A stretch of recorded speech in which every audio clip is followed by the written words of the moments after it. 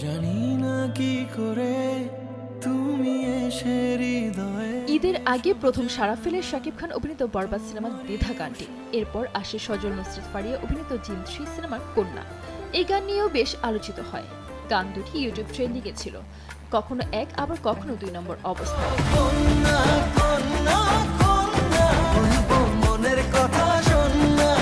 তবে ঈদের পর চিত্রটা পাল্টে যায়। এখন ইউটিউব ট্রেন্ডিংয়ে 1 নম্বরে আছে শাকিব খান অভিনীত বরবাদ সিনেমার আইটেম গান চাঁদ মামা।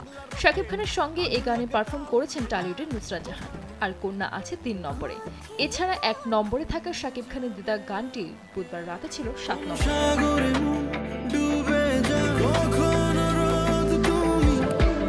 বাংলাদেশ চলচ্চিত্র সার্টিফিকেশন বোর্ড থেকে সিনেমার ছাড়পত্র পাওয়ার আনন্দ উপহার হিসেবে চাঁদ মামা গানের টিজার মুক্তি দিয়েছিল প্রযোজনা প্রতিষ্ঠান।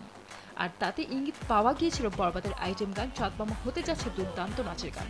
কয়েক ঘন্টার মধ্যেই গানের টিজার চলে আসে ফেসবুক পেজ থেকে ইউটিউব ট্রেন্ডিংয়ে।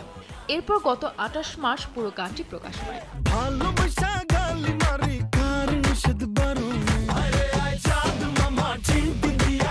3 মিনিট 4 সেকেন্ডের এই গানটি লিখেছেন এবং সুর ও সঙ্গীত আয়োজন করেছেন প্রীতম হাসান। কণ্ঠ দিয়েছেন প্রীতম ও দোলা। এর আগে গত বছর রায়হান রাফির তুফান সিনেমায় প্রীতমের কণ্ঠে লাগা উড়োধরা ব্যাপক জনপ্রিয়তা পেয়েছিল। সেই গানের তালে নেচেছিলেন শাকিব খান ও মিমি চক্রবর্তী।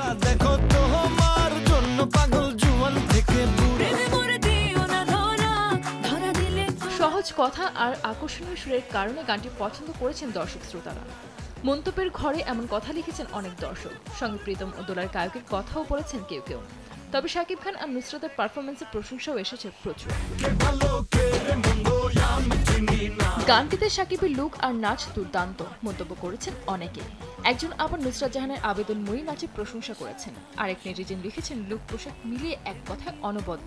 সঙ্গে নুসরাতের অস্থির পারফরমেন্স পুরো জমিয়ে দিয়েছে।